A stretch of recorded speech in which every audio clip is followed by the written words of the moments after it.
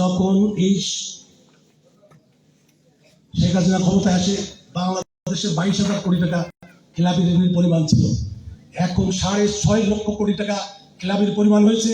এটি হচ্ছে অদক্ষ শেখ হাসিনার অযোগ্যতা, অদক্ষতা এবং তার ছেলে মেয়ে, তার ওই যে কয়েকজন লোকজন আজকে লাখ লাখ কোটি টাকা নেওয়ার কারণে আগামী 3 মাস পরে আরো হয়তো 2 লাখ কোটি টাকা খেলাপি ঋণে পরিণত হবে।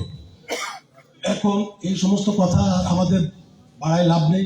আমরা খালেদা জিয়ার মতন এইরকম দেশ নেত্রী, এইরকম প্রধানমন্ত্রী, মায়ের মতো, যে সমস্ত দেশের মানুষ না খেয়ে থাকে, তার সবচেয়ে বেশি দরদ আজকের সেই মায়ের মতন আমাদের আজকের জীবন মৃত্যুর মুখোমুখি। আপনারা সবাই তার জন্য দোয়া করবেন এবং তার আদর্শের দল বিএনপি যেন তার আদর্শ ধরে রেখে বাংলাদেশ স্বাধীন করে, বাংলাদেশ শাসন করে।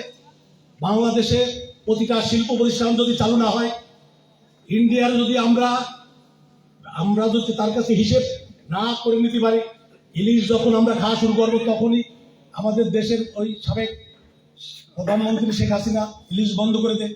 এইভাবে আমাদের প্রতিটা জায়গায় আমাদের থেকে শোষণ করে করে আমাদের গায়ে রক্ত বাড়ি নেই।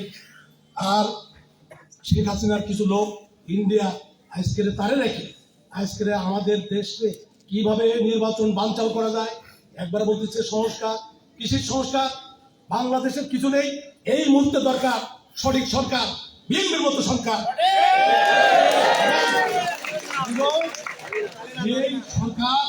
এই সরকার ক্ষমতায় এসে আপনার বাংলার প্রতিটা শিল্প প্রতিষ্ঠান যাদের যে ক্ষতি হয়েছে সেই ক্ষতি পোষায় একজন লোক যদি 1 মণ 10 সের বহন করতে পারে, সেই জায়গাটা তৈরি করে তার ঘাড়ি দেওয়া উচিত।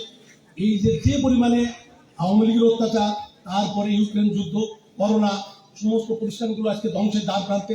আজকের আপনি যদি 10,000 টাকা দান করেন, কোথায় দান করবেন? জোট মিলের যে সমস্ত অসহায় মানুষ আছে, সমস্ত বাংলাদেশে এইরকম 300-400 জোট মিল আছে। এই সমস্ত জোট মিল যত অসহায়, হত দরিদ্র, চলতে পারে না, তারা এসে কর্ম করে। আজকের আপনার জাকাতের টাকা অন্য জায়গায় দেওয়ার দরকার নেই। জোট মিল যে সমস্ত শ্রমিকরা আছে তাদের দিকে তাকালে তাদের সমস্ত পয়সা দিতে হয়।